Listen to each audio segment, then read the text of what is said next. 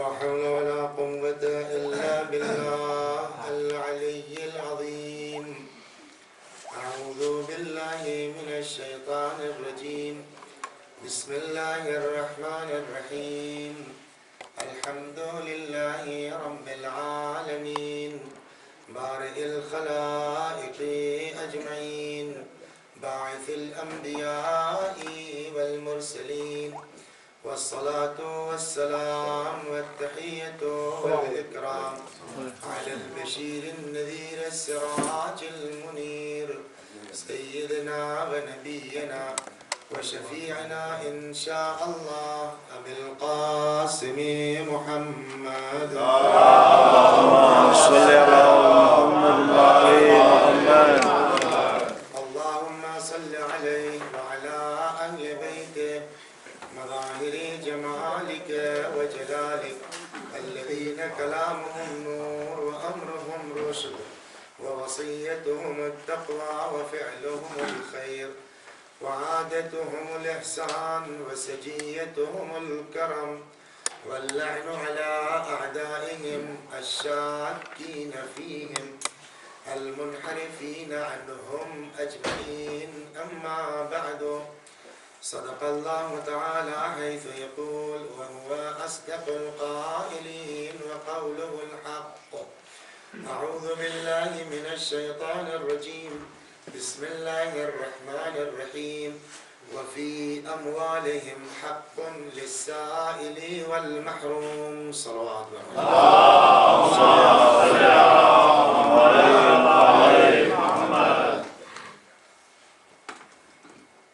انشاءاللہ یہ آج سے لے کے 5 دنوں تک خدا نے توفیق دی ہے آپ کے درمیان مجھے علوم اہل بیت پہنچانے کی. ماشاءاللہ دعا کرتے ہیں ہم سب مل کر کے خدا کی بارگاہ میں کہ اللہ تبارک و تعالی ہم کو اخلاص کے ساتھ پڑھنے کی اور آپ کو اخلاص کے ساتھ سننے کی توفیق عطا فرمائے. اس لیے کہ مجلس پڑھنا کمال نہیں ہے، مجلس سننا کمال نہیں ہے، مجلس اسپانسر کرنا کمال نہیں ہے، حسین کے لیے کرنا یہ کمال ہے. اور ظاہر سی بات ہے کہ جب تک عمل ہمارا خدا کے لیے نہیں ہوگا، ایک جملہ کہوں مگر بڑا سخت ہے، ممکن ہے مجلس پڑھنے سے پہلے ہم مسلمان رہے ہوں، مجلس پڑھنے کے بعد ہم مشرک ہو جائیں. ممکن ہے اسپانسر سے پہلے ایک مثال دے دیتا ہوں تو بات سمجھ میں آ جائے گی کہ دیکھیے عمل کوئی بھی ہو اس وقت تک قابل قبول نہیں ہے جب تک خدا کے لیے نہ ہو، جب تک اللہ کے لیے نہ ہو. آپ نے سب نے سنا ہوگا ایک کتاب ہے جو ہم لوگوں کے ہاں تو جہیز میں بھی دی جاتی ہے، آپ کے ہاں بھی ہوگا، تحفۃ العوام. کوئی ہے ایسا آدمی کی جس کو نہ معلوم ہو تحفۃ العوام کیا ہے؟ بتا سکتے ہیں رائٹر کون ہے اس کا؟ نہیں معلوم. اب بڑی تحقیق کے بعد آیا ہے نام کوئی بزرگوار تھے علی حسن صاحب، لیکن آپ کہیں اس میں لکھا نہیں ملے گا ان کا نام ان کا نام ان کے فتوے کے مطابق ان کے، لیکن جو اصل جو اس کا تیار کرنے والا ہے وہ آدمی اس کو کوئی نہیں جانتا کہ یہ کتاب تحریر کس نے کی ہے. اپنا نام چھپا لیا، کائنات میں کتاب پہنچ گئی. اچھا پھر بھی تحفۃ العوام تو جو ہے وہ زبان کے دائرے میں ہے، اردو میں ہے، لیکن اس کے علاوہ ایک کتاب وہ ہے کہ جو لینگویج بارڈر پار کر گئی ہے. وہ کون سی ہے؟ مفاتیح ہے نا، سب جانتے ہیں مفاتیح. انگلش میں بھی ہے، اردو میں بھی ہے، عربی میں بھی ہے، پرشین میں بھی ہے، گجراتی میں بھی ہے. اب پنجابی کا نہیں معلوم ہے کہ نہیں شاید ہے، لیکن وہ اتنی زبانوں میں گجراتی میں ہے، انگریزی میں ہے، عربی میں ہے، اردو میں ہے، پرشین میں ہے. یعنی لینگویج بارڈر پار کر چکی ہے. پتہ نہیں کتنی کتابیں اس کے پہلے لکھی گئی ہوں گی. خود مفاتیح نے شیخ عباس قمی نے جن کتابوں سے لیا ہے وہ بھی تو دعاؤں کی کتابیں تھیں، اس کا نام نہیں جانتے ہم لوگ جس سے انہوں نے لیا ہے. لیکن یہ کتاب ہر گھر ہے. کیوں ہے؟ اس کے پیچھے راز کیا ہے؟ اس کے پیچھے سبب کیا ہے؟ ایک قصہ ان کا سناتے ہیں. یہ بتا سکتے ہیں کہ ان کے رائٹر کون تھے؟ شیخ عباس قمی رحمۃ اللہ علیہ کے مفاتیح کے شیخ عباس قمی. ان کی پہلی کتاب جب آئی ہے مارکیٹ میں، اس جو ہے وہ قیامت کے اوپر تھی. تو قم میں جو ان کے محلے کے پیش نماز تھے تو وہ نماز کے بعد منبر پہ جا کے واز کہتے تھے. یہ خود ان کا بیان ہے کہ اتفاق سے وہ مولوی صاحب جو منبر پہ جا کے واز کہتے تھے وہ انہی کی کتاب لے کے بیٹھتے تھے، روایتیں اسی سے لیتے تھے قیامت والی. اچھا مجلس جو ہے وہ ایک ہی مجلس ہے، کبھی بہت اچھی ہو گئی، کبھی بڑا اچھا فلو ہو گیا، کبھی آدمی اٹکنے لگتا ہے. یہ تو قدرت کے اوپر ہے. بقول شیخ سعدی کے کہ ان سعادت بے زور بازو نیست تا نہ بخشد خدا یہ بخشندہ. نہ کوئی اپنے اس سے پڑھ سکتا ہے نہ کوئی کر سکتا ہے جب تک وہ نہ چاہے. تو اب وہ ایک دن کچھ زبردست فلو تھا مسجد کے پیش نماز صاحب کا، کیا زبردست تقریر کر دی انہوں نے. شیخ عباس قمی کے والد زندہ تھے، نماز میں جاتے تھے. وہ گھر آئے، اتفاق سے کہیں سے اپنا درس ورس سے یہ بھی پلٹے تھے، یہ بھی جو ہے وہ آگے آگے، والد صاحب پیچھے پیچھے. یہ مڑے کہ آج ہمارے مسجد کے پیش نماز نے اتنی عمدہ تقریر کی ہے. اچھا ہر باپ کو شوق ہوتا ہے کہ میرا بھی بیٹا، ہر باپ کو شوق ہوتا ہے. تو ان کے والد نے کہا کہ آج ہمارے مسجد کے پیش نماز نے کیا زبردست تقریر کی ہے قیامت کے اوپر. اے بیٹا میرا دل چاہتا ہے تم بھی ایسے ہی پڑھنے لگتے ہیں. سنا اور پڑھ کا ایسے رہے تھے اسی بیٹا کی کتاب سے نا. اور باپ کیا کہہ رہا، کیا زبردست مجلس پڑھی. باپ کو نہیں پتا کسی کتاب سے پڑھ رہا، بڑی زبردست مجلس آج پڑھتی مولوی صاحب نے ہمارے. کاش بیٹا تم بھی ایسے ہی پڑھنے لگتے. شیخ عباس کا بیان ہے کہ میرے منہ پہ آتے آتے کہ میں کہوں کہ ابا یہ جس کتاب سے پڑھ رہے تھے وہ میری لکھی ہوئی ہے. کہلے زبان پر آتے آتے پھر اچانک میں نے بریک لگایا. جب خدا کے لیے کیا ہے تو باپ کو بھی بتا کے کیا کرو گے. جب آدمی کے اندر اتنا تقوی پیدا ہوتا ہے تو وہ مر جائے مگر کتاب گھر گھر موجود رہتی ہے. صلوات بر محمد. اصل ہنر ہے، عمل کا کمال نہیں ہے. ہنر ہے اخلاص کا کہ ہمارا عمل کتنا خدا کے لیے ہے. میں اس حدیث کا منکر نہیں ہوں. حدیث اپنی جگہ، بڑے بزرگوں کا فرمانا ہے، امام خمینی کا فرمانا کہ حدیث اپنی جگہ پرفیکٹ ہے. کون سی؟ من بکا علی الحسین ابکا وتباکا وجبت له الجنہ. جو حسین پر روئے، رولائے، رونے والے کی صورت بنائے، اس پر جنت واجب ہے. لیکن اصل جو جملہ ہم چھوڑ دیتے ہیں وہ یہ ہے کہ عارفاً بحق. حسین پر روئے نا. مسئلہ کہ ہم چاہے جتنی مجلس پڑھتے ہیں اگر اس میں حسین نہیں ہے. چنانچہ جو ہے وہ ایک مثال دیتا ہوں. پیغمبر کا خطبہ ہے شعبان کے آخری جمعے میں، جس میں رسول اللہ نے رمضان کی آمد اور رمضان کے فضائل بیان کیا. اس کا ایک جملہ فرماتے اس خطبے میں کہ بجھاؤ جہنم کی آگ کو مومن کو افطار کروا کے.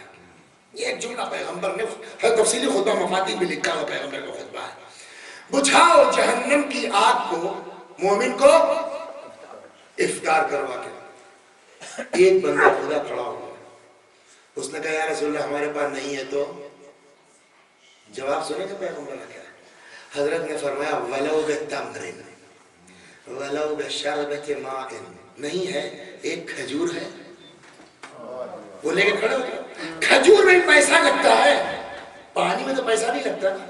ولو بشربت ماء، ایک پانی کا گلاس لے کے کھڑے ہو جاؤ روزے دار کے سامنے، خلوص سے پیش کر دو، جہنم کی آگ بجھ جائے گا.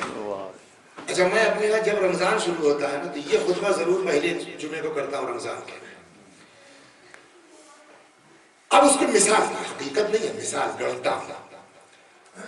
اب ہم نے یہ تقریر کر دی، ہمارا بھائی، دوسرے کی مثال کیوں دے، ہمارا بھائی بیچارہ گاؤں میں رہنے والا، دیہات میں رہنے والا، غریب آدمی مثلا، الحمدللہ سب ہم سے بہتر ہے.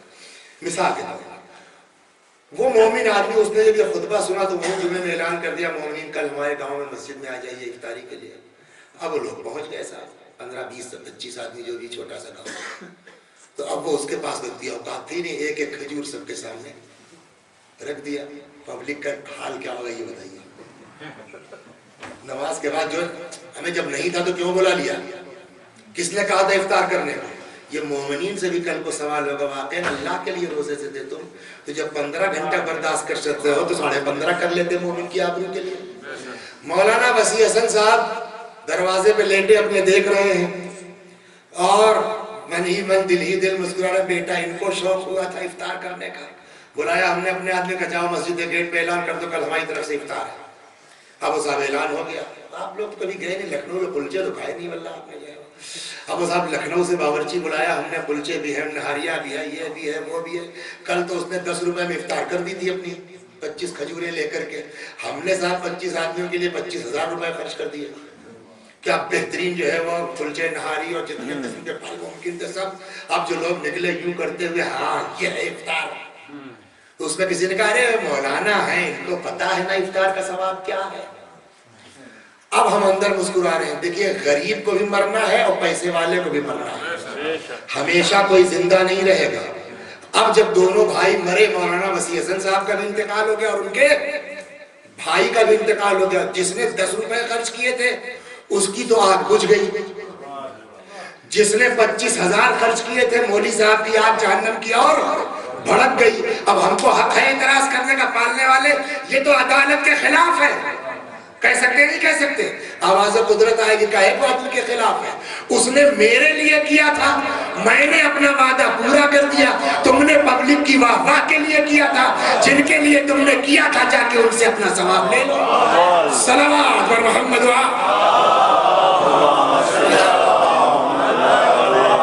بلکہ اگر آپ برداشت کریں تو اس سے آگے کہتے ہیں میزان الحکمت میں 6 امام سے روایت ہے,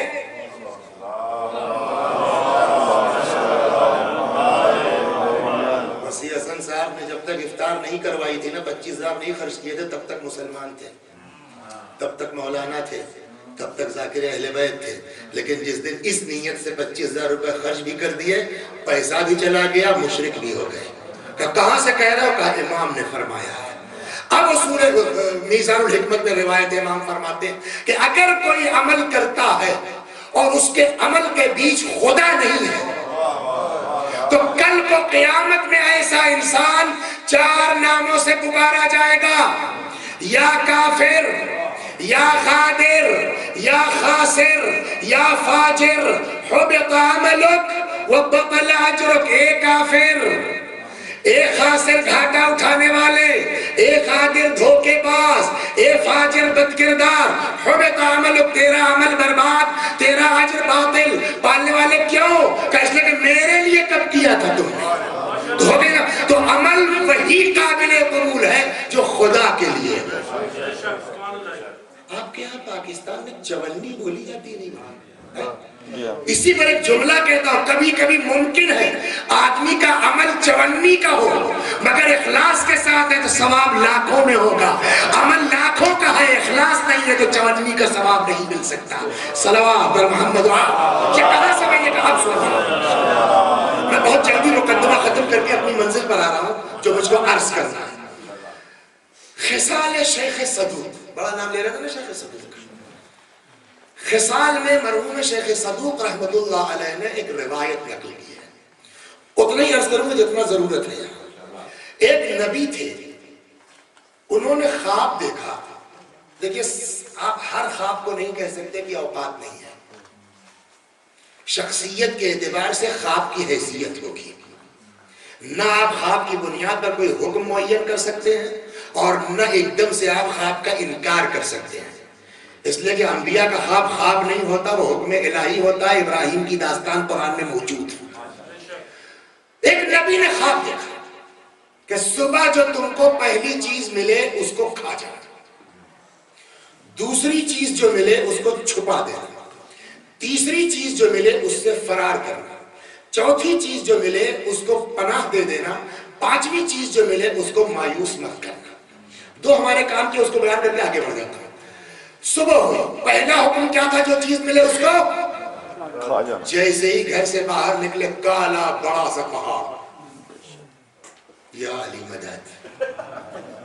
اب کیا کریں؟ یہ کالا اللہ نے کہا جو پہلی چیز ملے اس کو پہاڑ کیسے کھاؤں گا؟ ہم سے اس سے بحث نہیں ہے کہ ہمارے بس میں ہے کہ نہیں ہے، ہم کو حکم بجا لانا ہے، یہ ہماری ڈیوٹی ہے۔ نہیں کر سکے وہ خدا جانتا ہے، ہم نے کوشش تو کی۔ پیغمبر تھے، نبی تھے، ان کا اللہ ناممکن چیز کا حکم تو نہیں دے سکتا، ایک بات۔ دوسری ہے کہ نہیں کھا پائیں گے، ہم چلے تو کم از کم حکم الہی بجا تو لائیں، ہم چلے کیا پہاڑ کھانے کی نیت سے۔ آگے بڑھے، چھوٹا ہونے لگا، چھوٹا ہونے لگا، چھوٹا ہونے لگا، قریب پہنچے اور چھوٹا ہوا، ہاتھ بڑھایا لقمہ بن گیا، منہ میں رکھ لیا۔ کیا غضب کے قلا کرنا ہے، کیا بہترین گاجر کا حلوہ، مثلا زبردست سالہ۔ دوسرا حکم کیا تھا؟ جو چیز ملے اس کو چھپا دینا۔ آگے بڑھے، ایک تشت اس ہیرے جواہرات سے زیورات سے بھرا ہوا، سونے چاندی سے، کہا اللہ کا حکم تھا اس کو چھپا دینا۔ انہوں نے گڑھا کھودا، اس کو دفن کر دیا، چھپا دیا۔ آگے بڑھ کے مڑ کے دیکھا، وہ پھر نکل آیا تھا، کہ لو یہ تو پھر نکل آیا۔ پھر خود ہی کہا کہ اللہ نے ایک بار کہا تھا، میں نے چھپا دیا، اب ہماری ڈیوٹی نہیں۔ تیسرا کام کیا، چوتھا کام کیا، پانچواں کام کیا، وہ ہے وہ غیبت سے مردار تھا، کیا تھا کہتا، اس سب سے کہتے ہیں اصل یہ سنانا ہے موضوع کے اندر کر دیا۔ اب رات کو سوئے، پھر انہوں نے خواب دیکھا کہ آواز ہے کہ ٹھیک خواب تو آپ نے عمل کر لیا، مطلب سمجھے اس کا کیا ہوا؟ کا کیا مطلب؟ کہ یہ تمثیل تھی تم کو سمجھانے کے لیے، یہ پہاڑ نہیں تھا۔ پہاڑ تم کو جو ہے وہ تمثیل کے طور پر پیش کیا گیا، اصل کیا تھی یہ؟ کہ کیا کہ یہ پہاڑ نہیں ہے، یہ ہے تمہارا غصہ۔ پہلے تو بہت ہے، لیکن اگر اس کو ضبط کر لے جاؤ تو نتیجہ ویسا ہی شیریں ہے جیسے تم کو محسوس ہوا۔ دوسری چیز، لگن میں جو سونا چاندی ہیرے جواہرات، یہ کیا ہے؟ تم نے دفن کیا، پھر ابھر آئی۔ کہاں وہ کیا ہے؟ کہ یہ تمثیل ہے تمہاری نیکیوں کی۔ تمہارا کام ہے نیکیوں کو چھپانا، خدا کا کام ہے نیکیوں کا ظاہر کرنا۔ صلوات محمد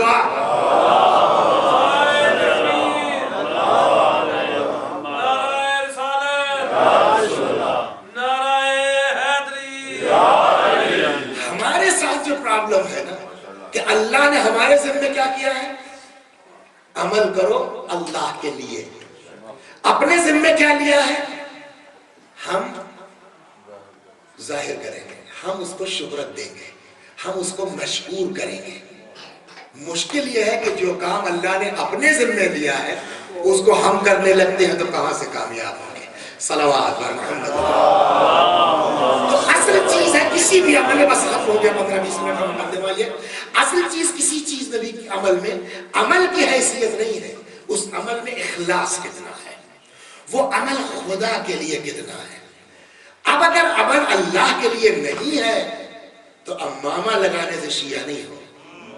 میں دوسروں کو توہین کرنے کا قائل نہیں ہوں، اپنے کو کہیے آپ۔ اگر عمل میں خدا نہیں ہے تو قبا پہننے سے کوئی شیعہ نہیں ہوتا۔ اگر اللہ درمیان میں نہیں ہے تو مجلس پڑھنے سے کوئی شیعہ نہیں ہوتا، وسیع حسن نام رکھ دینے سے کوئی شیعہ نہیں ہوتا، کسی حوض علمیہ میں جا کے مدرس ہو جانے سے 25 لڑکے تمہارے شاگرد حوض علمیہ میں قم میں پڑھ رہے ہو سکتا ہے کہ تم استاد ہو، لیکن کوئی ضروری نہیں ہے کہ تم شیعہ ہو۔ شیعوں کے صفات ہیں، جہاں شیعوں کے فضائل ہیں وہیں شیعوں کے صفات بھی ہیں۔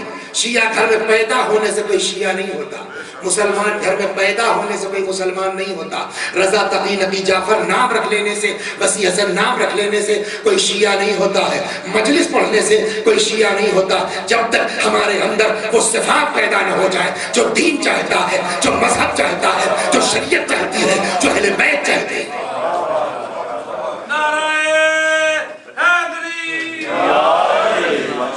اب کیا چاہتے ہیں؟ بزرگوں نے کتابیں لکھی ہیں، فضائل الشیعہ بھی ہے اور صفات الشیعہ بھی ہے۔ شیعوں کے فضائل پر بھی پوری کتاب ہے اور شیعوں کے صفات یہ پوری کتاب ہے. بس ایک چیز لے کے چلتا ہوں اور اسی کو انشاءاللہ ظاہر سی بات ہے کہ ایک دن بیچ میں امام کی شہادت آئے گی تو موضوع بدلے گا, ہو سکتا ہے کل تھوڑا بدلے, آج اور پھر بقیہ 3 دن انشاءاللہ جو ہے وہ اسی پر ہوگی کہ ہم کو اپنا آپسی سماجی ریلیشن کیسے بنانا ہے. صلوات اللہ, اسی کے مقدمات چل رہے ہیں. اب آپ 2-3 حدیثیں آج سناتا ہوں کہ امام کیا چاہتے ہیں کہ ہمارا شیعہ کیسا ہو. نمبر 1 چھٹے امام سلام اللہ. عجیب حدیث ہے, واقعی عجیب حدیث ہے. جانتے ہیں کیا فرمایا؟ شیعتنا من لم يسأل الناس ولو مات جوعا. ہمارا شیعہ کسی کے آگے ہاتھ نہیں پھیلا سکتا, ولو مات جوعا, چاہے بھوکا کیوں نہ مر جائے. 1 2. البتہ جب تک ہم نے یہ حدیث نہیں پڑھی تھی نا, یہ شرارت ہم خود بھی کرتے تھے, آپ لوگ بھی کرتے ہوں گے. بیٹا آیا ہے آپ کا, اس کو کہیں فیس جمع کرنا, کچھ لینا ہے, کچھ دینا, ہم لوگ بھی یہ کرتے تھے. ہمیں یار رک جاؤ ذرا سا, بھی تنخواہ آ جائے, جو ہے 2-3 دن کے بعد ٹہلاتے تھے. یہ حدیث دیکھنے کے بعد ڈر گئے کہ نہیں بھائی. امام فرماتے ہیں کہ من تفاقر افتقر, جو فقر کا اظہار کرے گا اللہ اس کو فقیر بنا دے گا. جس حال میں الحمدللہ رب العالمین, جو فقیری کا اظہار کرے گا اللہ اس کو فقیر بنا دے گا. 2 ہو گئی. تیسری, پہلے آپ بتائیے, بندہ مجبور ہے کہ مختار ہے؟ تو اللہ میاں کیا ہے؟ اللہ میاں کہ کچھ رول ہے ہمارے اوپر نہیں ہے. پھر تو اب ہم گھبرا کے کہیں گے کہ مجبور ہے. پھر جب کہیں گے کہ مجبور ہے تو پھر نماز پڑھیں چاہے نہ پڑھیں, روزہ رکھیں چاہے نہ رکھیں. اسی لیے پیغمبر فرما کے گئے تھے انی تارکن فیکم الثقلین, اپنی مرضی سے عقیدہ طے کرو گے تو یہی حشر ہوگا تمہارا. لہذا کوئی ہو تو جو صحیح عقائد بتائے. ایک شخص آیا امام کے پاس. اچھا اماموں کی باتیں دیکھیے نا, تو اس میں ہر چیز میں حتی مجلس پڑھنے کا سلیقہ بھی امام بتا دیں گے. 1 گھنٹے آپ کہیں تقریر کر دیجئے گاڑی بات, اور اچانک جو ہے معلوم ہوگا کہ صاحب نہ ہم سمجھا پا رہے ہیں نہ پبلک. جانتے اس کا نقصان خطابت میں کیا ہوتا ہے؟ جب نہیں سمجھا پاتے, ہم کو اپنا تجربہ ہے, جب نہیں سمجھا پاتے نا تو وہ علم خود بخود بڑھ جاتا ہے, پیر بھی ہلنے لگے گا اور جو ہے وہ چیخنے بھی لگیں گے. پہلے میں تو اس کا آسان نسخہ بتایا ہے, مثال کے ذریعے سے بات حل کرو. جو کبھی کبھی گھنٹے بھر کی تقریر کام نہیں کر سکتی نا, وہ ایک مثال کام کر جاتی ہے. امام کے پاس وہ آیا, اس نے کہا مولا بتائیے بندہ مجبور ہے کہ مختار ہے؟ امام نے کچھ نہیں کہا کہ مجبور ہے کہ مختار ہے. پیر اٹھاؤ, اس نے اٹھا لیا. فرمایا دوسرا اٹھاؤ, گر جائیں گے. کب اتنا ہی مجبور ہے اتنا ہی مختار, نہ مکمل مجبور ہے نہ مکمل. تو اس کا مطلب یہ کہ اللہ نے اپنے بندوں کو کچھ اجازت دے رکھی ہے, اختیارات دے رکھے ہیں. یہ بات تو حل ہو گئی نا کہ چاہے جو لمٹ ہو اس پہ ہم کو بحث نہیں کرنا ہے. پھر بھی اللہ نے اپنے بندوں کو کچھ اختیارات دے رکھے ہیں. اب جب یہ سمجھ گئے آپ تو اب حدیث سنیے. امام فرماتے ہیں کہ اللہ نے اپنے بندے مومن کو ہر چیز کی اجازت دی ہے, اختیار دیا ہے, مگر یہ اختیار نہیں دیا ہے کہ وہ اپنے آپ کو کسی کے آگے ذلیل کرے. اب یہ تینوں چیزیں ایک موضوع کی ہو گئی نا. ہمارا شیعہ بھوکا مر جائے گا مگر کسی کے آگے ہاتھ نہیں پھیلائے گا. نمبر 1 من تفاقر افتقر, جو اظہار فقر کرے گا اللہ اس کو فقیر بنا دے گا. مومن کو اس بات کی اجازت نہیں ہے کہ وہ اپنے آپ کو کسی کے آگے ذلیل کرے. اس میں کسی کے آگے ہم ہاتھ پھیلائیں گے مانگیں گے تو ذلت ہی تو ہوگی, رسوائی تو ہوگی. لہذا مومن کو اس بات کی اجازت نہیں ہے کہ وہ اپنے آپ کو کسی کے آگے ذلیل کرے یا رسوا کرے. اب جب اتنی بات آ گئی تو اب سوال, کیا مطلب ہوا اس کا؟ کیا واقعاً اہل بیت علیہ السلام چاہتے ہیں کہ ہمارا شیعہ بھوکا مر جائے؟ کیا واقعاً اہل بیت کا بھائی ہم جب کسی سے نہیں کہیں گے تو سامنے والے کو پتا کیسے چلے گا کہ یہ 3 دن کا بھوکا ہے کہ نہیں ہے؟ اور امام یہ کہہ رہے ہیں کہ ہمارا شیعہ وہ ہے کہ جو بھوکا مر جائے گا مگر زبان نہیں کھولے گا، ہاتھ نہیں پھیلائے گا۔ تو ہم ہاتھ نہیں پھیلائیں گے، بتائیں گے نہیں، زبان نہیں کھولیں گے، تو کیا واقعی اہل بیت چاہتے ہیں کہ بھوکے مر جائیں گے؟ کیا واقعی اہل بیت چاہتے ہیں کہ ہم کسی سے نہ کہیں؟ اب آئیے اس کے جواب میں۔ اسلام جو ہے کبھی بھی دیوار کی ایک طرف پلاسٹر نہیں کرتا۔ جہاں فقیر سے کہا ہے نا، غریب سے کہا ہے کہ بھوکے مر جانا، کسی کے آگے ہاتھ نہ پھیلانا، وہی دولت مند سے بھی خطاب کر رہا ہے کہ تمہاری ذمہ داری کیا ہے۔ وہی پیسے والے سے خطاب کر رہا ہے تمہاری ذمہ داری کیا ہے۔ اور اب میں پڑھتا ہوا آیت جس کی تلاوت کی ہے، ارشاد ہوتا ہے وَفِي أَمْوَالِهِمْ حَقٌّ لِلسَّائِلِ وَالْمَحْرُومِ، ان کے مال میں، کس کے؟ جس کے پاس ہے اسی کی بات تو ہوگی۔ وَفِي أَمْوَالِهِمْ، ان کے مال میں حق ہے۔ حق ہے کا مطلب کیا ہوا؟ یعنی اگر کسی کی کچھ مدد کر رہے ہو تو احسان مت جتانا کہ تم نے اس کے ساتھ کچھ کر دیا ہے، یا اللہ نے تم کو دیا ہی اس لیے ہے تاکہ غریبوں کو دیکھ سکو۔ صلوات محمد، میں حدیث سناتا ہوں اس کے ساتھ، یہی ہے یہ حدیث، اسی کتاب کے اندر یہ حدیث موجود جو نقل کرنے جا رہا ہوں کہ امام فرماتے ہیں کہ اللہ تبارک و تعالی اپنے بعض بندوں کو یخص العباد بالنعم، اپنے بعض بندوں کو بعض نعمتوں سے نوازتا ہے۔ کیوں نوازتا ہے؟ نعمت کا ہے، پیسہ نہیں کا۔ اب نعمت عام ہو گئی، کسی کو فن خطابت آتا ہے، کسی کو کوئی ڈاکٹر ہے، کوئی انجینئر ہے، کوئی جو ہے وہ پروفیسر ہے، کوئی ملینئر ہے، کوئی کروڑپتی ہے، تو یہ سب نعمتیں ہی ہیں نا۔ یہ تم کو جو دولت اللہ نے دی ہے طبابت کی، یہ تم کو خدا نے جو دماغ دیا ہے اور تم انجینئر بن گئے ہو، یہ جو خدا نے تم کو کروڑپتی بنایا ہے، یہ صرف تمہارے لیے نہیں ہے۔ اللہ اپنے بندوں کو نعمتیں دیتا ہے، کیوں؟ لمنافع العباد، تاکہ اس کے دوسرے بندے اس کے ذریعے فائدہ اٹھائیں۔ اب امام فرماتے کہ اگر تمہاری نعمتوں سے اللہ کے دوسرے بندے فائدہ اٹھاتے ہیں تب تو وہ نعمت رہے گی، اور اگر تم سیلفش ہو گئے، خود غرض ہو گئے، تم نے بقیہ بندوں کی طرف توجہ نہیں کی، تو امام فرماتے خدا تم سے وہ نعمت چھین لے گا، دوسرے کے حوالے کر دے گا تاکہ بقیہ بندے فائدہ اٹھائیں۔ صلوات محمد۔ تو خدا نے جو ہم کو دیا ہے، دیا ہے، وہ صرف ہمارے لیے نہیں ہے، اور یہی تو ہم کو سکھایا گیا ہے۔ ہر آدمی پڑھتا ہے کیا؟ اِنَّا لِلَّهِ وَإِنَّا إِلَيْهِ۔ یہ کیا صرف مرنے کی خبر کے بعد کہنے کے لیے ہے؟ صرف پوری حیات اسی پر ہے، ہم سب اللہ کے اور اسی اللہ کی طرف پلٹ کے جانا ہے۔ اس کا مطلب کیا ہوا؟ جب ہم خود اپنے نہیں ہیں، اللہ کے ہیں، تو ہمارا مال ہمارا کیا ہوگا؟ ہماری دولت ہماری کیا ہے؟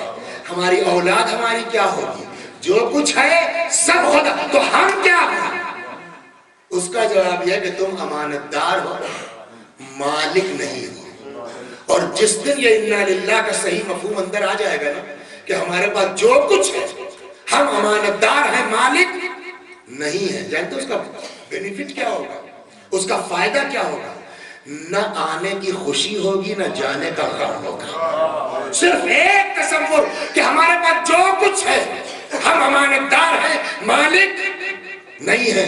اس کی آسان سے مثال، آپ کسی بھی لیڈنگ بینک میں چلے جائیے، بڑے بینک میں چلے، یہاں کا سسٹم نہیں معلوم، اپنے آگے بتاتا ہوں کہ وہ صاحب وہ جانی کے اندر کیشیئر بیٹھا ہوا ہے، وہ صاحب جو ہے وہ آپ نے فارم بھرا، نقد دیا، کیش یا جو بھی ہے دیا، اس کو مشین میں ڈالا، گنتی کیا، رکھا، آپ کو مہر لگائی، چلے گئے۔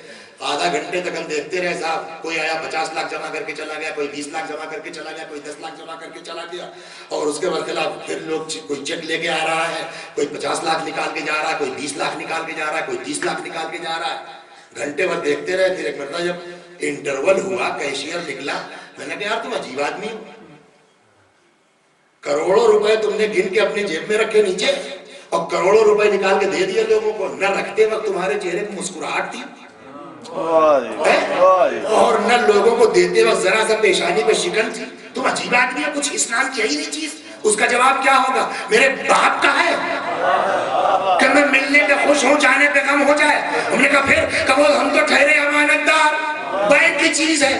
تو ہم کو اللہ نے اس کائنات میں کیشیئر بنا کے بھیجا ہے، جو ہے وہ اس کا ہے، تم امانت دار نہیں ہو. اور یہ بات اگر سمجھ میں آ جائے نا، تب کربلا میں وہ جملہ سمجھ میں آئے گا جو امام حسین کے لیے روایت کہتی ہے، کل مشتق الوقت اشرق وجہ الحسین. جیسے جیسے مصیبت بڑھتی جاتی تھی، حسین کا چہرہ چمکتا جاتا تھا.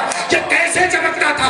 اکبر کے جانے کے بعد، قاسم کے جانے کے بعد، اور محمد کے مرنے کے بعد حسین کا اطمینان بڑھتا کیوں تھا؟ کہ اس لیے کہ حسین عباس کو ملکیت نہیں سمجھتے تھے، اکبر کو ملکیت نہیں. جیسے جیسے امانتیں واپس کرتے جاتے تھے، حسین کا اطمینان بڑھتا جاتا.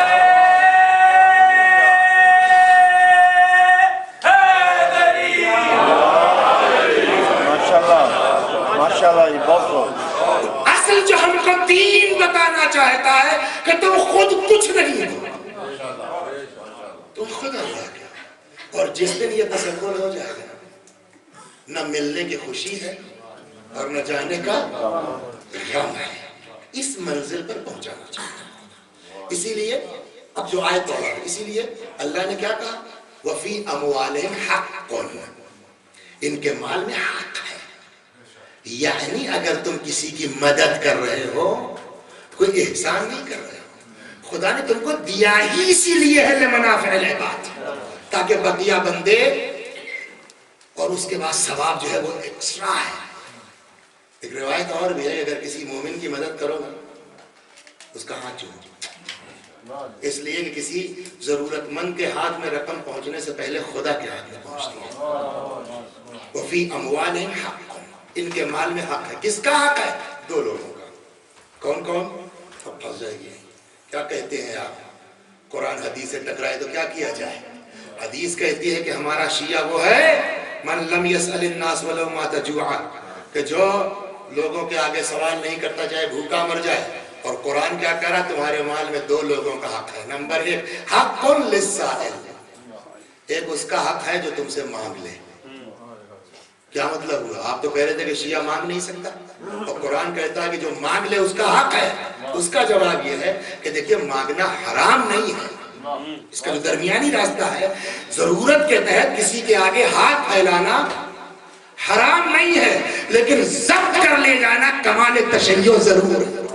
صلوات و محمد وآل، کمال تشیع ہے کہ ضبط کر لے جاؤ ان کو دیکھنا.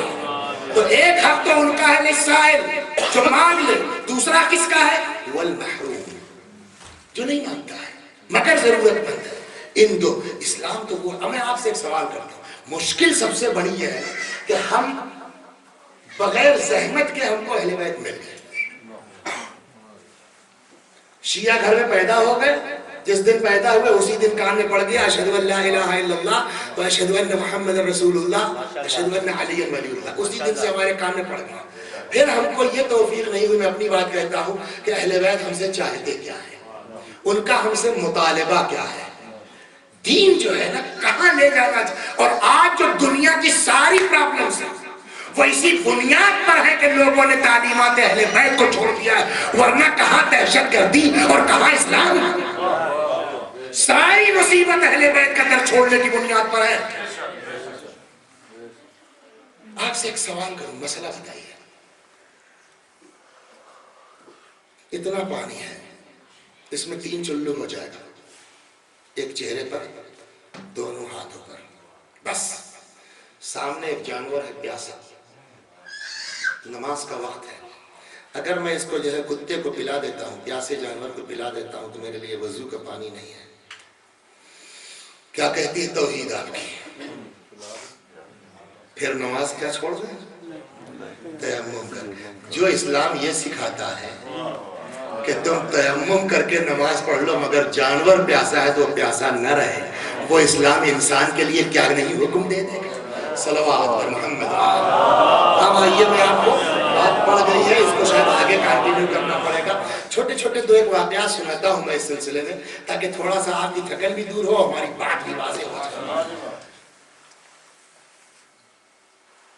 پہلے ایک سوال کیجیے، کیا تعلیم جو ہے صرف اسکول ہی میں جا کے مل سکتی ہے؟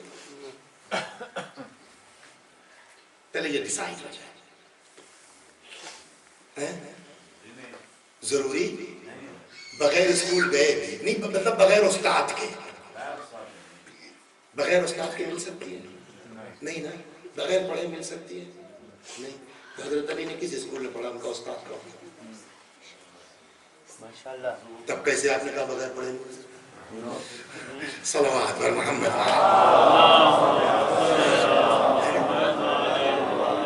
کچھ لوگ ہیں. موسیٰ کون ہے؟ نبی. 1,24,000 انبیاء میں 5 اولو العزم ہیں اور 4 صاحبان کتاب ہیں.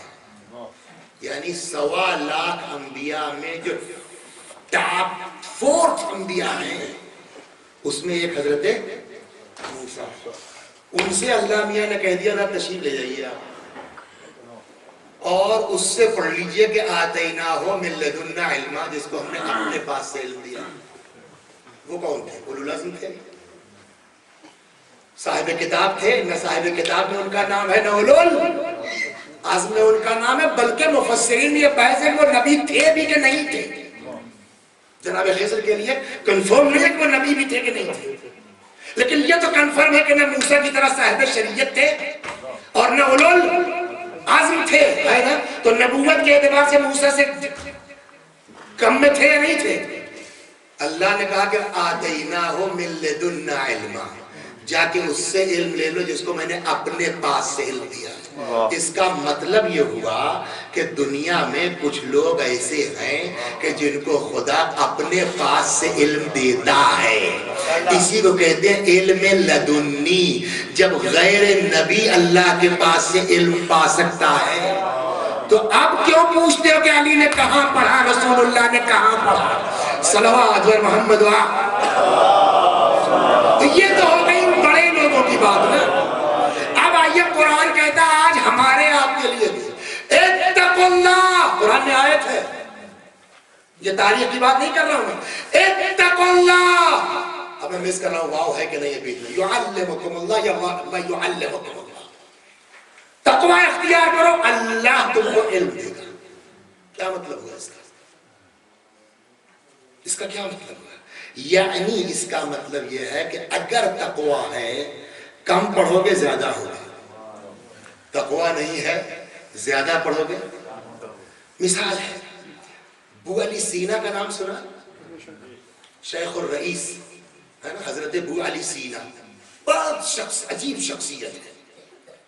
ان کے لیے ملتا ہے کہ جب یہ پڑھتے تھے تو یہ ارسطو وغیرہ کی جو فلسفے کتابیں تھیں ان کی سمجھ میں جب نہ آئے نا تو یہ کس سے جائے؟ ان سے بڑا کوئی تھا بھی نہیں، تو یہ کس کے پاس جاتے؟ تو وہ پڑھتے پڑھتے جب کیا کہہ رہے پورا پیج پڑھ کے نہیں سمجھ میں آیا کہ ارسطو کیا کہہ رہا ہے، کتاب بند کر دیتے تھے. جاتے تھے، وضو کرتے تھے، وضو کے بعد آ کر کے 2 رکعت نماز پڑھتے تھے، اللہ سے دعا کرتے تھے، پھر کتاب کھولتے تھے. وہی جو ابھی تک سمجھ میں نہیں آ رہی تھی نا سمجھ جانے لگتی تھی. تو اس کا مطلب یہ ہے کہ اگر وہ چاہے تو عام آدمی کو بھی جو ہے وہ صلاحیت دے سکتا ہے، البتہ اس کے شرائط پر کھرا اترے. تو کہنا بات. اب جب یہاں تک میں گیا اس لیے میں نے اس وقت 5 منٹ آپ کر لیا تاکہ وہ واقعہ آپ کے دماغ میں گھس سکے. ایک جانور، اور وہ بھی نجس ترین جانور، اللہ اکبر، اس کے یہاں ولادت ہوئی کتیا. 4-6 بچے پستان سے لگے ہوئے ہیں، دودھ کھینچنے کی کوشش کر رہے ہیں اور وہ فاقے سے ہانپ رہی ہے. کچھ پیٹ میں ہو تب نہ دودھ بنے. ایک لڑکا، بڑے کی بات نہیں ہے، بڑے کے بھی آئے گا، ایک لڑکا بغل میں کتاب دبائے جا رہا تھا. اس کی اتفاق سے نظر پڑ گئی اس کتیے پر کہ اس کے بچے بیچارے اس کے پستانوں سے لگے ہیں کہ دودھ نکل آئے اور وہ فاقے سے ہانپ رہی ہے. اس کو ترس آ گیا. طالب علم ہے، جیب میں پیسہ نہیں ہے، کیا کرے؟ وہاں سے بیک ہوا، کسی دکاندار کے پاس پہنچا. انکل یہ کتاب خرید لیجیے ہماری. کتاب بیچ لی اس نے. جو پیسہ ملا وہاں سے اس نے کھانے کا سامان لیا, لے کے آیا, اس کتیا کے سامنے ڈال دیا, چلا گیا. بچے کو کوئی احساس نہیں ہو تو اس نے اپنے نرم دل کی بنیاد پہ حرکت کر دی, چلا گیا. رات کو سویا, اب خواب میں دیکھتا ہے کوئی اس سے کہہ رہا تم کو کل سے اسکول جانے کی ضرورت نہیں ہے. وَلَقَدْ آتَيْنَاكَ مِن لَدُنَّا عِلْمًا, ہم نے تجھ کو اپنے پاس سے علم دے دیا ہے. جب ایک جانور پر ترس کھانے کا نتیجہ یہ ہو سکتا ہے تو مومن کے ساتھ نیکی کرنے سے آدمی کہاں پہنچ سکتا ہے. صلوات. ماشاءاللہ ماشاءاللہ. اتنے شوق سے آپ سن رہے ہیں نا, تو ایک اور سن لیجیے. ایک بزرگوار تھے, ان کا نام تھا آیت اللہ صفتی. اور جو اتفاق سے یہ داستان بھی وہی ہے, ویسی ہے بالکل. آیت اللہ صفتی ہے اصفہانی. جب یہ اسٹوڈنٹ تھے, طالب علم تھے, ہاسٹل میں رہتے تھے. دیکھیے ہم لوگ خدا شاہد ہے اس معبود کا لاکھ کرم بہت مزے میں. طالب علمی بھی اچھی گزری ہے, باپ ملازمت کرتے تو بیچارے اپنی تنخواہ کا 1/3 بیچ دیا کرتے تھے لکھنؤ میں, اور آج الحمدللہ ملازمت ہے امام حسین, شکر ہے خدا. لیکن ہمارے بزرگوں نے جو مشقتیں برداشت کی ہیں وہ شاید ہم آپ سوچ نہیں سکتے. اسٹریٹ لائٹ میں پڑھا ہے ان لوگوں نے. لوگ جو اپنے گھروں سے خربوزے اور بوزے کھا کر کے پھینک دیتے تھے, اس کو رات کو یہ لوگ بن بن کر کے کھا کے اپنا پیٹ بھر کے تب جا کے آیت اللہ بنتے تھے. عجیب عجیب واقعات ہے. کبھی انشاءاللہ اگر ایسا پروگرام رکھیے علماء کے سلسلے میں کہ ہمارے علماء نے کتنی زحمتیں اٹھائی ہیں اس دین کو ہم تک یہاں اس منزل تک پہنچانے کے لیے, تو واقعی اس کے لیے خمسے کی ضرورت ہے کہ کیسے کیسے بزرگ گزرے ہیں اور کیسی کیسی زحمتیں انہوں نے برداشت کی ہیں اس دین کو اس منزل تک پہنچانے کے لیے. صفتی اصفہانی طالب علم ہے, ہاسٹل میں رہتے ہیں. کچھ لڑکے آتے ہیں ایک دوسرے سے ملنے کے لیے. تو اب آدمی اگر کئی وقت سے فاقے سے ہو بیٹا, کمزوری آئے گی نہیں آئے گی؟ حدیث کیا کہہ رہی تھی شیعتنا من لم یلسل الناس ولو مات جوعا, ہمارا چاہنے والا کسی کے آگے ہاتھ نہیں پھیلا سکتا چاہے بھوکا مر کیوں نہ جائے. یہی ہے نا, کسی کو پتا نہیں. اب لڑکے یار کیا بات ہے, تم جو ہے وہ کل سے کچھ عجیب بجھے سے لگ رہے ہو, آج تو اور کچھ کمزوری لگ, کیا بات ہے, کھایا ہوا نہیں ہے کیا؟ بڑا اصرار ہوا تو پتا چلا کہ صاحب کئی وقت ہو گئے. تو اب سارے لڑکے بھی تو انہی کی طرح تھے, کسی کے پاس چونی نکلی, کسی کے پاس کھنی نکلی, کسی کے پاس روپیہ نکلا. لڑکوں نے آپس میں چندہ وندہ کر کے لو یار صفتی جاؤ کچھ لے آؤ کھانے کے لیے, کھاؤ. یہ گئے مارکیٹ, سامان خریدا کھانے کے لیے, مگر سڑک پہ نہیں کھایا, اس لیے کہ شریعت یہ بھی منع کرتی ہے. چلیں گے لاکھ بھوکے صحیح, اپنا گھر پہنچیں گے, دسترخوان بچھائیں گے, آرام سے جو ہے وہ ہاتھ دھل کر کے نیچے بیٹھیں گے دسترخوان پر, ہاتھ سے کھائیں. ایک بزرگوار تھے, سلمان ایک لطیفہ سنیے.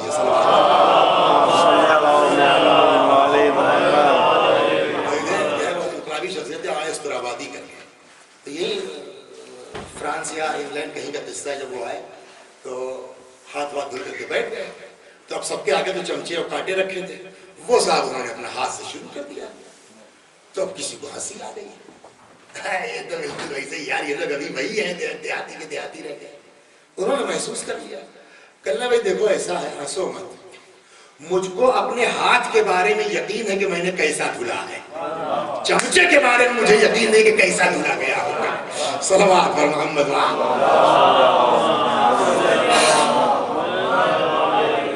یہ کہے انہوں نے سامان خریدا کہ اب چلیں گے جو ہے وہ مدرسے بیٹھ کے آرام سے کھائیں گے. جو ہے سیم کیس, کتیا ہے, اس کے بچے پستانوں سے لگے ہیں, دودھ نکالنے کی کوشش کر رہے ہیں, ہاں پر یہ کھڑی ہونا چاہتی ہے, ہمت نہیں پڑ رہی, گر پڑ رہی ہے. ترس آ گیا, کئی وقت کے خود فاقے سے ترس آ گیا.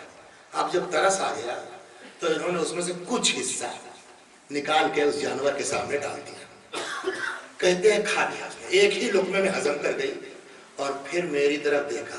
آنکھیں بہت کچھ کہتی ہیں اگر پڑھنے والا آدمی ہو. اس جانور نے صفتی کی طرف دیکھا, کہنے لگا مجھ کو لگا کہ ابھی بیچاری اور مانگ رہی ہے. میں نے اس میں ایک حصہ اور نکال کے اس کے سامنے رکھ دیا, وہ بھی کھا گئی. پھر اس نے میری طرف دیکھا, میں نے کہا لگتا ہے پیٹ نہیں بھرا اس کا, یار تم تو انسان ہو, تم پر پھر کوئی ترس کھا جائے گا. اس جانور پر ترس کھانے والا کون ہے؟ میں نے وہ سب ڈال دیا اس کے سامنے، سمجھ گیا؟ اب جب سب ڈال دیا، ایک بڑی عجیب داستان دماغ میں آئی ہے، میں یہ سوچ رہا ہوں پڑھوں کہ نہ پڑھوں اس کے آگے۔ بسم اللہ بسم اللہ بسم اللہ پہنچ گئی ہے۔ صلوات بر محمد۔ کہنے لگا میں نے سب اس کے سامنے ڈال دیا، اب جب وہ کھا چکی تو 2 بار تو ان کی طرف دیکھا تھا نا، اب کی کھانے کے بعد کہنے لگا اس نے میری طرف نہیں دیکھا، سر اٹھایا آسمان کی طرف۔ وہ کہتے ہیں مجھ کو لگا ایسا کہ جیسے وہ میرے حق میں دعا کر رہا ہے۔ بات ختم ہو گئی، آ گئے۔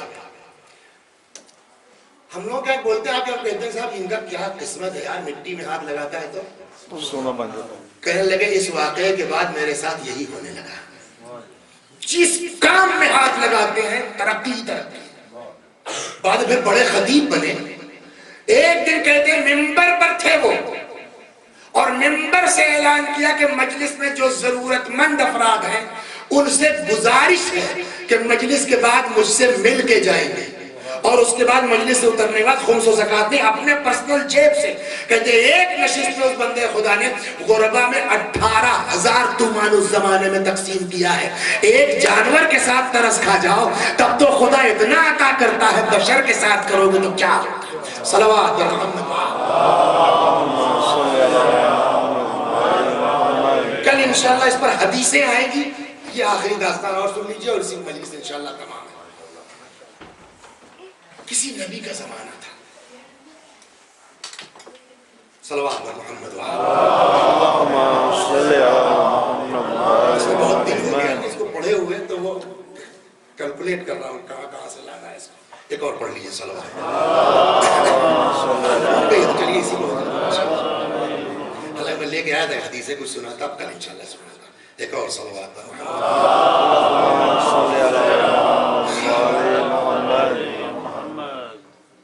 ایک حاکم بادشاہ، اس کو کسی معقول آدمی کی ضرورت تھی بعنوان سفیر باہر بھیجنے کی۔ ایک صاحب تھے جن کے تعلقات بہت تھے، بادشاہ کے آنا جانا تھا۔ انہوں نے اپنے بھائی کا نام پیش کر دیا کہ میرے بھائی سے بہتر تو میرے خیال میں اس کام کے لیے کوئی نہیں ہے۔ کہا وہ تیار ہو جائے؟ کہا ہاں بالکل۔ بادشاہ نے کہا ٹھیک ہے کہہ دو۔ اب آئے اپنے بھائی کے پاس، تو توجہ سنیے، ہم نے آپ کا انتظام کر دیا ہے، باہر جانا ہے بعنوان سفیر۔ تو اس نے کہا یار ہم چلے جائیں گے، ہمارے بیوی بچے۔ آپ کمال کرتے ہیں، میں ہوں سگا بھائی ہوں، میرے ہوتے ہوئے آپ کو اپنے بچوں کی فکر ہے، آپ چاہیے میں ذمہ دار ہوں۔ وہ بیچارہ چلا گیا۔ اب سنیے آپ توجہ سے، وہ بیچارہ چلا گیا۔ اس میں مدد کے ساتھ ساتھ ایک اور نقطہ نکلے گا، وہ بیچارہ چلا گیا۔ ایک دن یہ بھائی اپنے بھائی کے گھر آیا، وہ بیچاری اس کی بیوی بھائی کی کوئی جو بھی کتاب رہی ہو مذہبی اس وقت پڑھ رہی۔ کون؟ شرم نہیں آتی بغیر پکارے ہوئے آواز دیے ہوئے گھر میں چلے آ رہے ہو؟ اب ممبر کا ادب بھی مانے ہیں، آپ سمجھدار سامعین ہیں۔ بہرحال انہوں نے اپنے مقصد ظاہر کر دیا، گناہ کا۔ اس نے کہا تمہیں شرم نہیں آتی؟ تمہارا بھائی اپنی عزت و عفت تمہارے ذمہ کر کے گیا ہے، اور تمہیں جو ہے اس کی عزت پر حملہ آور، تمہیں شرم نہیں آتی؟ کہا سنو میرے تعلقات ہیں بادشاہ سے، میری بات نہیں مانو گی میں تم پر جھوٹا الزام لگا کے سنسار کروا دوں گا۔ نہج البلاغہ میں ایک فقرہ ہے مولا کا متقیوں کے سلسلے میں، فرماتے ہیں اعظم الخالق فی اعینہم فصغر ما دونہ، ان کی نظر میں اللہ بڑا ہوتا ہے، نتیجے میں سب چھوٹے ہیں۔ اس نے کہا جاؤ تم کو جو کرنا ہے کر لو، میرے نزدیک میرا خدا ہے۔ جب یہ مایوس ہو گیا تو واقعی انتقام پر اتر ہے، آیا بادشاہ کیا، اس نے کہا وہ بھائی کو میں نے بھیجا کہ نہ میں تو لٹ گیا صاحب، میں کیا جواب دوں گا اپنے بھائی کو؟ کیا ہوا؟ کہا اس کی غیبت میں جو ہے میرے بھائی کی زوجہ نے زنا کیا۔ تو میں کیا کروں، یہ کام تو قاضی لوگوں کا ہے، جاؤ وہاں۔ آئے قاضی کے یہاں، گواہ چاہیے نا، بعض کہتے ہیں کہ چند گواہ بھی مل گئے بوڑھے، گواہی ہو گئی، سنسار کا حکم ہو گیا۔ اس مومنہ کو بغیر جرم کے سنسار کر دیا. پبلک یہ سمجھ کے کہ یہ ختم ہو گئی چلی گئی، مگر ابھی رمق جان باقی ہے. ادھر سے ایک کوئی پادری مسیحی اپنے اونٹ پر گزر رہا تھا. اس کو لگا جیسے اندر کچھ جنبش ہو رہی ہے. وہ اترا، نبض وبض دیکھی کہ یہ تو بھی زندہ ہے. اس کو اٹھایا، لے کے چلا گیا اپنے یہاں اور دوا علاج کیا، ٹھیک ہو گئی. اس کے یہاں کوئی بچہ تھا شیرخوار، کہا ٹھیک ہے تم رہو، اس کی پرورش کرو، مجھ کو بھی ضرورت ہے عورت کی. اب وہاں دیکھیے مومن کا امتحان کیسا ہوتا ہے. اب وہاں اس کے یہاں ایک غلام تھا یا نوکر تھا جو بھی تھا حبشی. یہ عورت خوبصورت بہت تھی. وہی مطالبہ گناہ جو شوہر کے بھائی نے کیا تھا اس غلام نے شروع کر دیا. اس نے اس سے بھی انکار کیا. اس غلام نے کیا کیا کہ انتقاماً رات کی تاریکی میں اس بچے کا گلا جدا کیا اور چاقو لا کے اس مومنہ کے بستر کے نیچے رکھ دیا. اب جب خبر ہوئی، شور مچا، قتل قتل قتل، تو اب وہ غلام کہتا میں نے اس عورت کو ادھر کمرے میں آتے دیکھا تھا، دیکھے کہیں ایسا تو نہیں ہوا، رکھا تو خود، ارے یہ دیکھیے بستر کے نیچے چاقو نکل آیا. آپ کو معلوم. اس مسیحی نے کہا کہ یہی میری نیکی کا صلہ ہے. یہ کیا کیا تم نے؟ ایک جملہ ہے، پتہ نہیں روایت ہے یا ضرب المثل ہے، کہتے ہیں کہ اذا خرج من القلب دخل فی القلب. جب کوئی بات دل کی گہرائی سے نکلتی ہے نا تو دل کی تہ میں اثر کرتی ہے، اترتی ہے. اس نے کہا میں نے نہیں کیا یہ کام،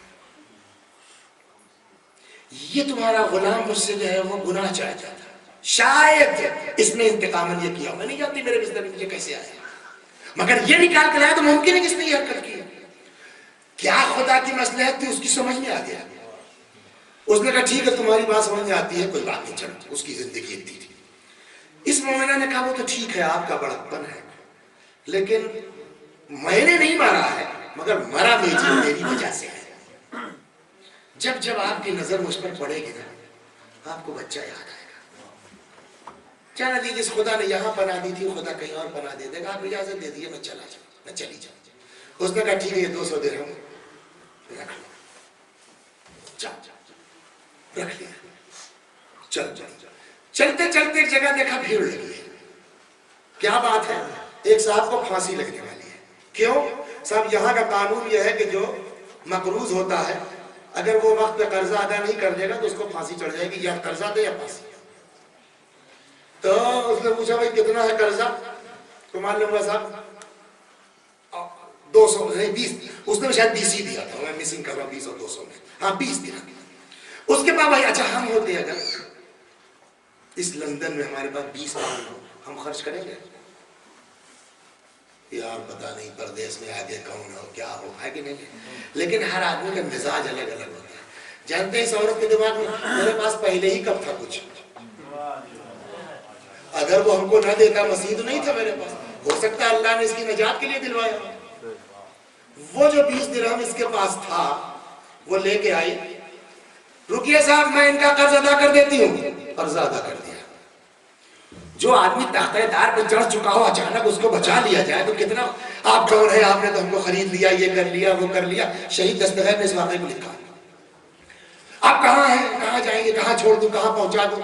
اس نے کہا میرا کچھ. کہ تو میرے گھر چلیے. لے کے چلا. سامنے دریا ہے، کشتی ادھر ہے، آ جائے تو سوار ہو کے چلے. اتنے میں ہوا چلی. نقاب جو ہٹا اس عورت کا، بڑی خوبصورت ہے، اس کو اگر بیچا جائے تو اچھا پیسہ مل جائے گا. سنیے بلا وجہ مولانا تھوڑی کہا ہے ڈرو اس سے جس کے ساتھ احسان کرو. صلوات پر محمد. سامنے ایک تاجروں کی کشتی رکی تھی. گیا ان کے پاس، کہنے یہ بتائیے بھیا آپ لوگ کنیز وغیرہ خریدتے ہیں؟ ان کہا ہمارا کاروبار ہی ہے. کہا ٹھیک ہے ہماری خرید لیجیے. آپ کہتے کا 200 کی. کہا ٹھیک ہے یہ 20 میں آپ 200 کی. کہا ہم بغیر دیکھے نہیں لیں گے. دور سے دکھلا دیا. کہا ٹھیک ہے چل جائیں گے. کہا مگر سنو بہت تیز ترار ہے، مجھ کو یہاں سے ہٹ جانے تو تب لے جانے. اس نے صاحب 200 درہم جیب میں رکھ کے اس بیچاری مومنہ کو بیچ کے اور چلا گیا. اب تھوڑی دیر جو بھی کہتے کہ میں آ رہا ہوں یا انتظار کرنا. اب جب تاجر لوگ چلنے لگے تو ان کا چلو بیٹھو. کیوں؟ تو ہم نے تم کو خرید لیا. کس سے خرید لیا؟ تمہارے مالک سے. مالک کون ہے؟ میں نے اس کو تختہ دار سے جو اپنا جمع پونجی خرچ کر کے بچایا. میرا مالک وہ کائے کو ہوتا؟ کہ ہم کوئی نہیں جانتے, ہم نے پیسہ لیا اور وہ گیا بیچ کے. اب ظاہر ہے کوئی عورت آزاد عورت تو کنیز بنا کے تم آسانی تھوڑی تیار ہوگا. جسے انہوں نے کہا وہ صحیح کہہ رہا تھا, بہت تیز تر رہا ہے, کہیں ایسا نہ ہو کہ ہمارے ساتھ بیٹھے کم کم کچھ ہنگامہ کرے جو ہے وہ بیچ دریا میں گرٹ جائے کشتی وشتی. تو ان لوگوں نے کیا کیا کہ خود بیٹھے ایک کشتی پر اور اس کو اکیلے باندھ دیا اس کشتی پر جس پر ان کا مال تجارت تھا. خدا کی اطاعت کر کے تو دیکھے آدمی امتحان کے بعد جائزہ کیسا دیتا ہے. چلتے رہے بیچ دریا میں جب کشتی پہنچی تو طوفان آ گیا. جس پر یہ سارے تاجر تھے وہ کشتی پلٹ گئی, سب غرقاب ہو گئے. اب ان سارے تاجروں کا مال اور یہ ایک مومنہ, سمجھے آپ. چلتی رہی جا کے جزیرے سے اپنے آپ ٹکرائی. اس نے جیسے تیسے کشتی کو لنگر سے باندھا اور وہاں اپنا پھل ول کھا کے جزیرے میں اللہ کی عبادت میں مصروف ہو گئی. اس زمانے کے پیغمبر پر خدا نے وحی نازل کی کہ میری ایک خاص کنیز فلاں جزیرے میں عبادت کر رہی ہے, یہاں کے حاکم سے کہو اپنی کیبنٹ کو لے کے جائے. کیا خدا بھی کرتا ہے واقعی. وہ جس کے لیے ہاتھ اٹھا دے گی میں اس کو معاف کر دوں گا. اب سمجھے مسئلے شفاعت کیا ہے. ایک ذرا سا اطاعت کر لو 2 مرتبہ تو یہ منزل ہو جاتی ہے. اگر فاطمہ زہرا کسی کے لیے ہاتھ اٹھا دے, صلوات بر محمد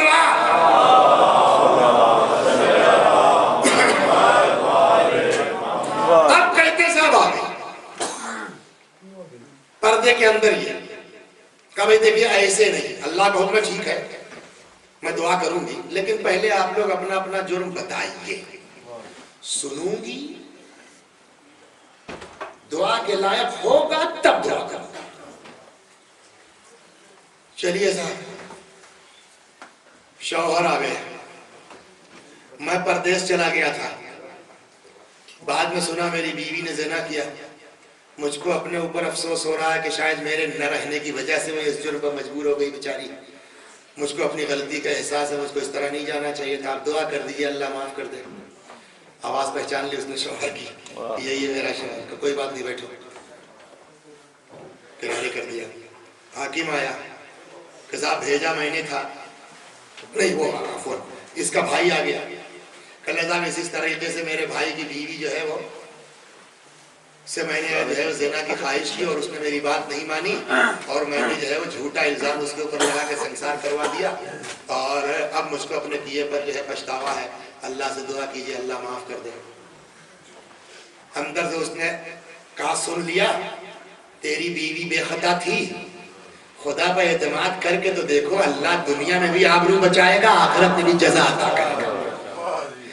اب جب یہ بات سن لی تو حاکم کے کان کھڑے ہوئے ہیں کہ صاحب تب تو میں بھی مجرم ہوں, مجھ کو بھی اور تحقیق کرنی چاہیے تھی. یہ بیچاری بلا وجہ جو اس طرح سے مار دی گئی. کب ہے جو اللہ تم کو بھی معاف کرے گا. یہ بتائیے ان ساری مصیبتوں میں بنیاد کون تھا؟ شوہر کا بھائی نا. کوئی ہوتا معاف کرنے کو تیار ہوتا.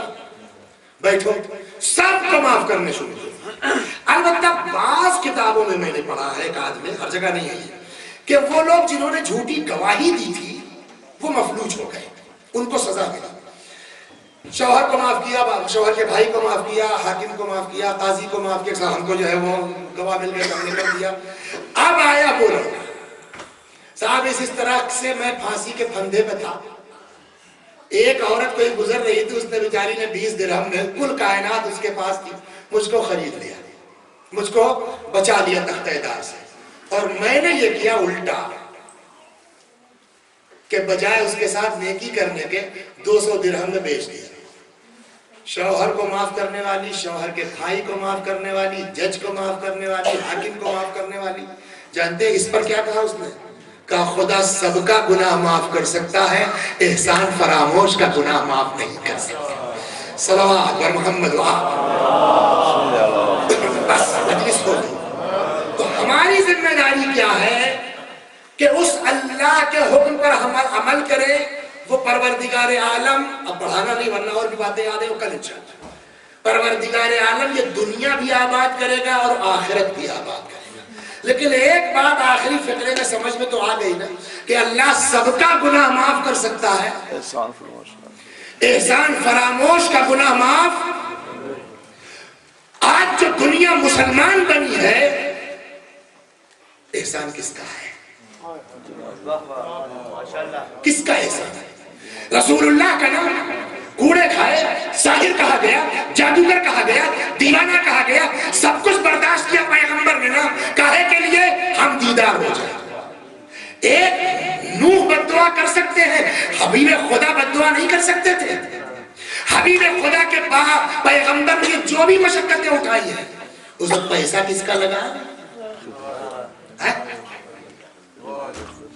علم یجدک یتیما فآوا ووجدک عائلا فآغنا. خدا نے کس کے مال کے ذریعے سے رسول اللہ کو غنی کیا؟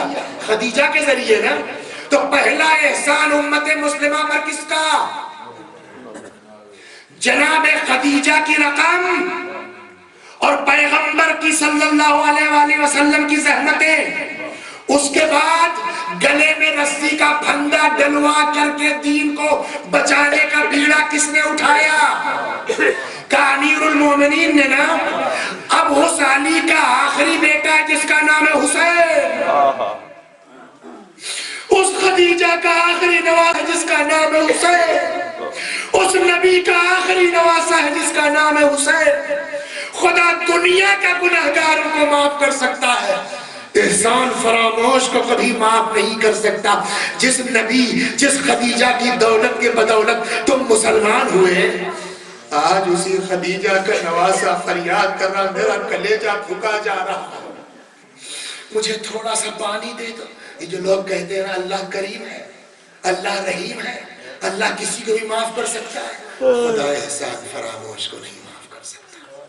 اللہ اکبر. بس دو جملے مصائب کے، طولانی ہو گئی مجلس، معذرت چاہتا ہوں. مصائب ذرا سا مختصر کر دوں گا، کل انشاءاللہ اس کو پورا کروں گا اور ختم کر دوں گا. وہ حسین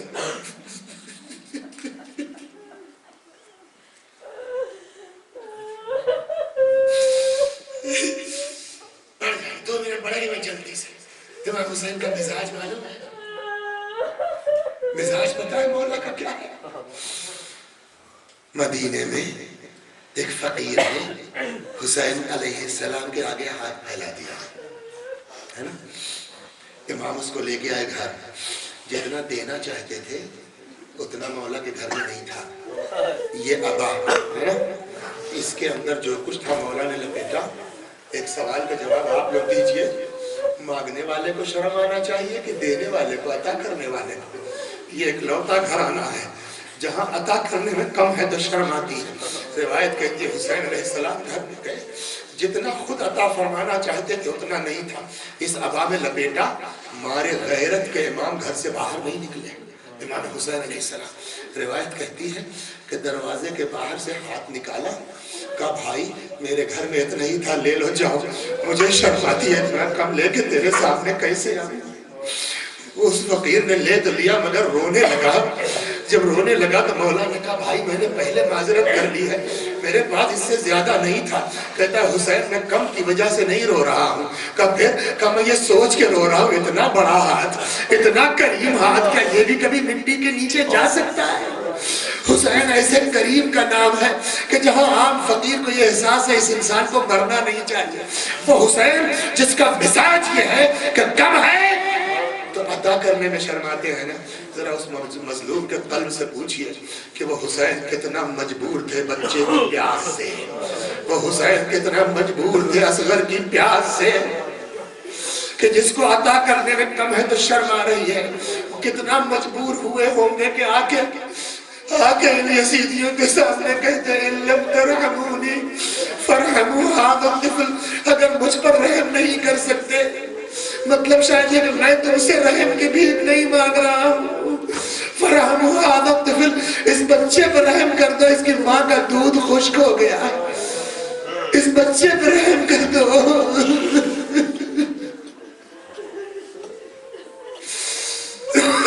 جب کوئی جواب نہیں ملا نا تو امام امام نے پھر پہلے فوج سے کہا اچھا تم سمجھتے ہو کہ اس بچے کے بہانے سے میں پیوں گا؟ امام کوئی بات شک کی بنیاد پر نہیں کرتے، ان ملعونوں کے دل میں شاید یہ بات آئی ہو، مولا کے دل پر کیا گزر گئی ہو؟ اچھا اگر تم کو یہ ہے تو میں بچے کو لٹا دیتا، اپنے ہاتھ سے ملا دو، میرے بچے کو اپنے ہاتھ سے پانی پلا دو۔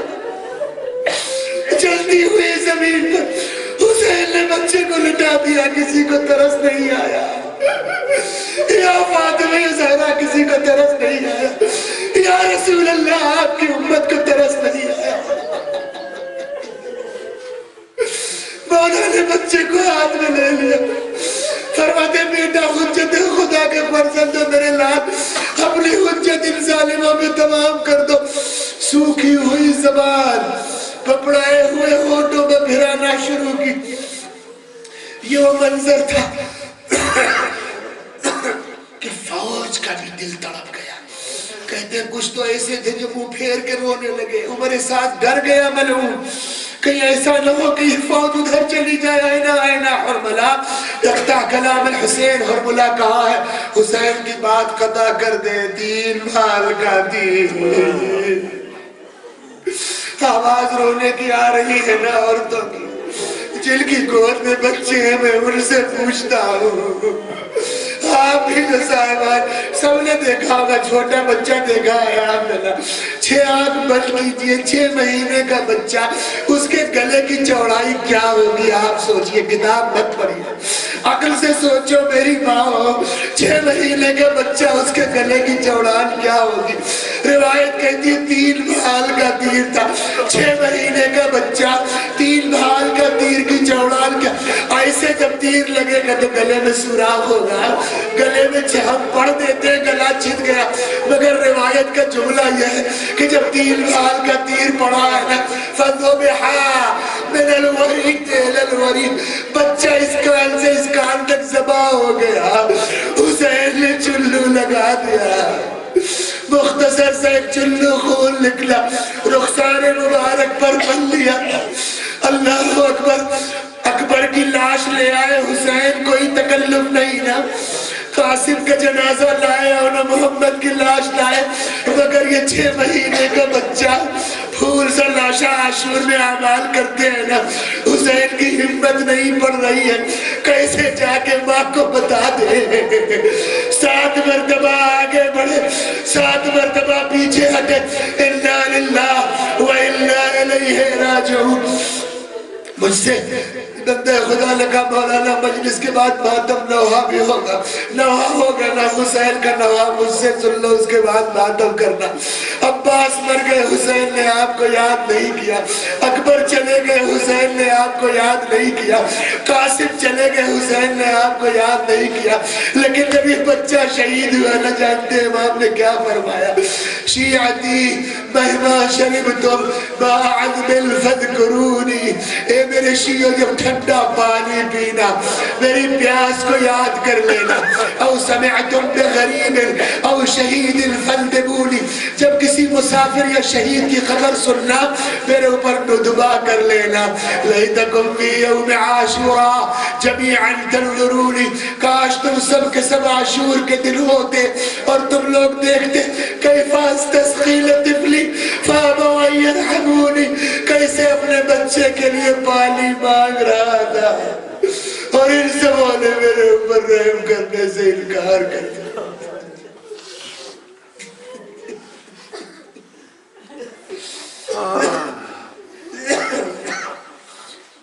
خدا ہماری اس عزا کو قبول فرما، مزید